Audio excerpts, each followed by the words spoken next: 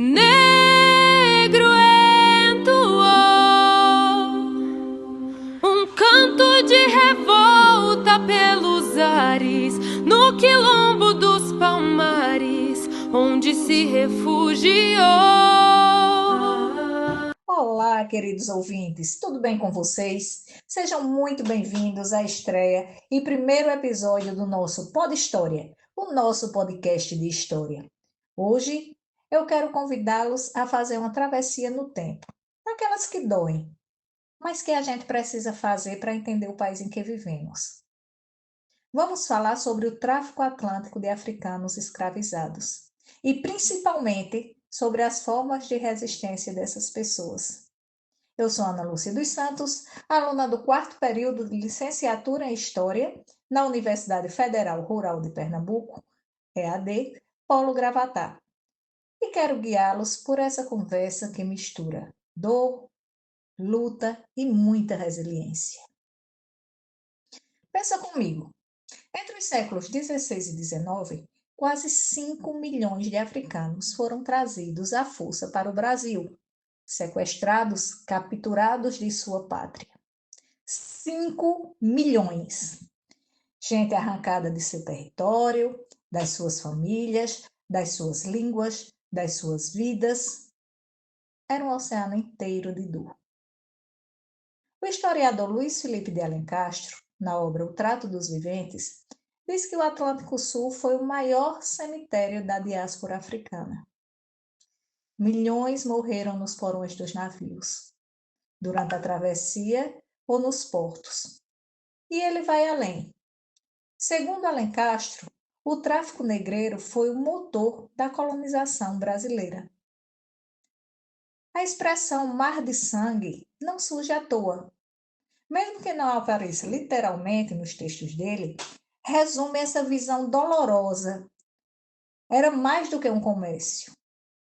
Era uma verdadeira máquina de moer vidas. A escravidão não começava no navio. Ela começava lá no interior do continente africano, com guerras incentivadas por interesses europeus e redes locais de captura. Sim, é bem verdade que algumas regiões africanas já tinham formas de escravização, mas eram bem diferentes. Às vezes havia chance de liberdade, laços de família, integração. Nada, nada mesmo que se comparasse ao sistema europeu. Mercantilista, capitalista, brutal. É necessário, e sempre necessário, ressaltar que toda forma de escravidão é errada, mas é preciso entender essas diferenças. Depois da captura vinha a travessia, chamada pelos próprios cativos de Caminho das Lágrimas, e, por fim, a chegada aos portos do Brasil, onde homens, mulheres, crianças eram vendidos. Você já se perguntou qual era o preço da liberdade para esses milhões de seres humanos sequestrados e privados de suas vidas e dignidade? Agora a gente precisa falar do sistema aqui. O jesuíta André João Antonil, na obra Cultura e Opulência do Brasil por Suas Drogas e Minas, descreve os engenhos de açúcar como verdadeiras fábricas humanas. Segundo ele, os escravizados deviam trabalhar sem tempo de descanso, sendo vigiados e punidos o tempo todo. Antonil, apesar de uma pessoa religiosa, não condenava isso. Na sua mente eurocêntrica e superior, ele até naturalizava esses fatos e, de certa forma, as banalizava. Tratava pessoas como instrumentos vivos de trabalho. Pensem bem, seres humanos que constituíam fábricas humanas, sem tempo de descanso e que eram meros instrumentos vivos de trabalho. Como é que a gente pode conceber uma visão tão desumana? Apenas pessoas com mentalidades equivalentes as dos europeus da época, no alto de sua arrogância, podiam julgar que era correto massacrar tantos corpos, tolher tantas vidas por serem superiores.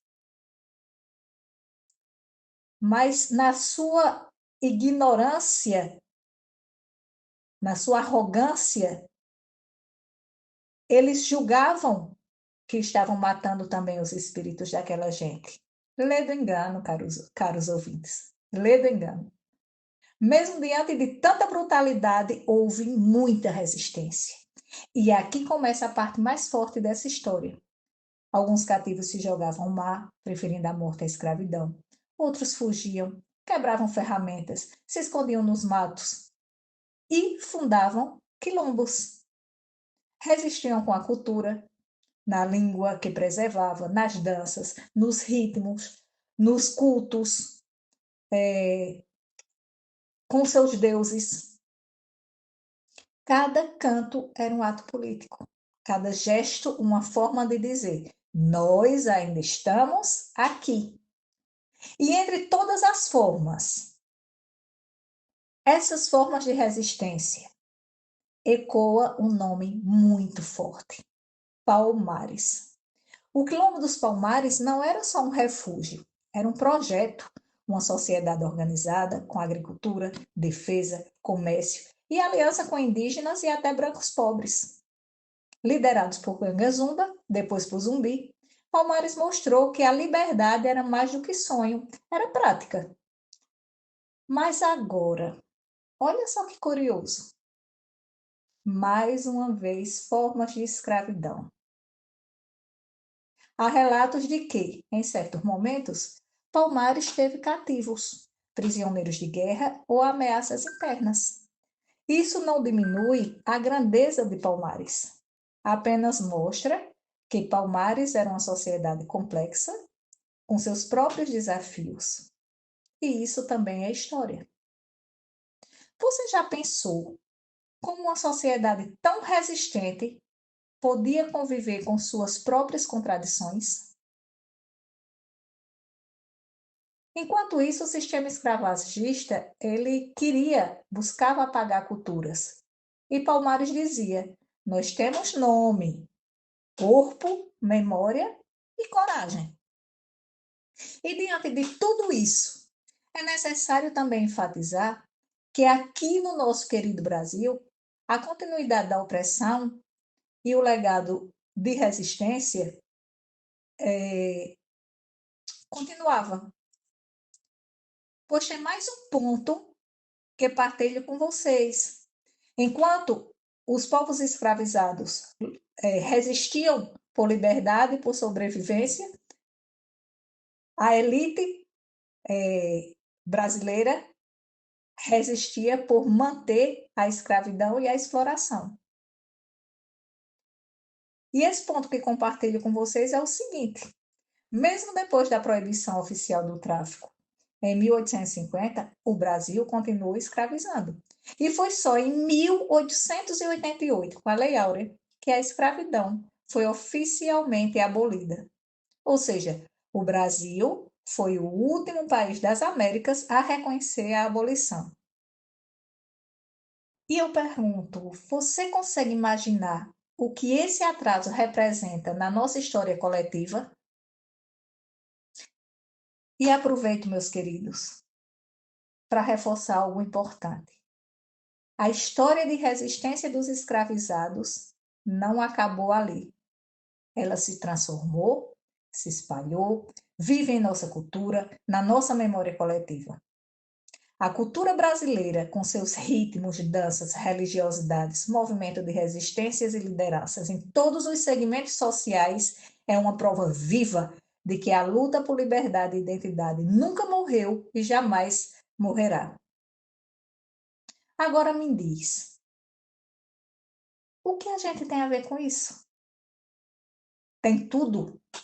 Nós temos tudo a ver com isso. O racismo estrutural, as desigualdades, a ausência da história negra nos livros, tudo isso vem de lá. Estudar essa história é um ato de justiça, é fazer com que essas vozes não se percam, é deixar claro que o Atlântico não afogou todas as memórias. A escravidão foi o alicerce da economia colonial, porém, a resistência negra é o alicerce da nossa dignidade. Lembrem-se sempre, queridos ouvintes, essas vozes ainda ecoam. E é necessário que, de fato, elas ecoem em nós. Eu sou Ana Lúcia dos Santos e agradeço por ter me acompanhado até aqui. A gente se encontra no próximo episódio com mais histórias, mais memórias e mais caminhos de liberdade. Se gostou, dá teu joinha. Deus esteja com todos vocês. Forte abraço e até lá! Fora a luta dos inconfidentes pela quebra das correntes, nada adiantou.